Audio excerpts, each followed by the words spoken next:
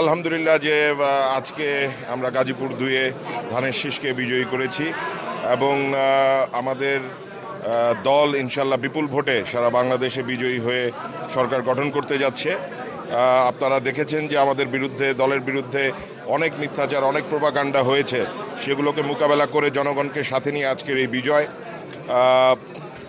ইনশাল্লাহ আমাদের নেতা যেরকমটি বলেছেন যে 12 তারিখে আমরা বিজয়ী হতে পারলে ইনশাল্লাহ 13 তারিখ থেকে আমরা জনগণের জন্য কাজ শুরু করব।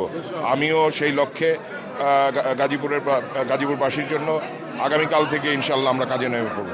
আমাদের নেতাকর্মীদের নির্দেশনা দেয়া আছে যে আমরা যেন সহনশীল থাকি এবং আমরা হয়তো আনন্দ করব এই বিজয়ের জন্য, কিন্তু সেটা যেন মাত্র অতিরিক্ত না হয় এবং আমাদের যারা পরাজিত হয়েছে তাদের প্রতিও আমাদের সেই সম্মানটা থাকবে এবং তাদের সাথে আমিও ইনশাল্লাহ আমার যারা নিকটতম প্রতিদ্বন্দ্বী ছিলেন তাদের সাথে ইনশাল্লাহ সাক্ষাৎ করব খুব শীঘ্রই।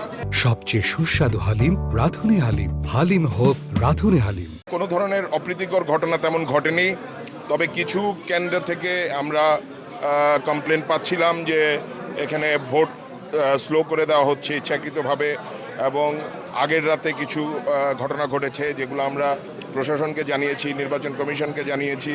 তো সেগুলো নিয়ে আমরা কিছুটা শঙ্কিত ছিলাম। যেরকম ঘটনা আপনারা দেখেছেন সারা বাংলাদেশের মিডিয়াতে যে অনেককে টাকাসহ ধরা পড়েছে জামাতের নেতারা, এবং গাজীপুরে এরকম কয়েকটি ঘটনা ঘটেছে। তো আমরা সেগুলো জানিয়েছি, বাট আশা করি যে ইনশাআল্লাহ আমরা জনগণকে সাথে নিয়ে বিএনপি সরকার গঠন করতে যাচ্ছে এবং আমরা জনগণের সাথে নিয়ে আমরা নতুন একটি বাংলাদেশ গড়ব।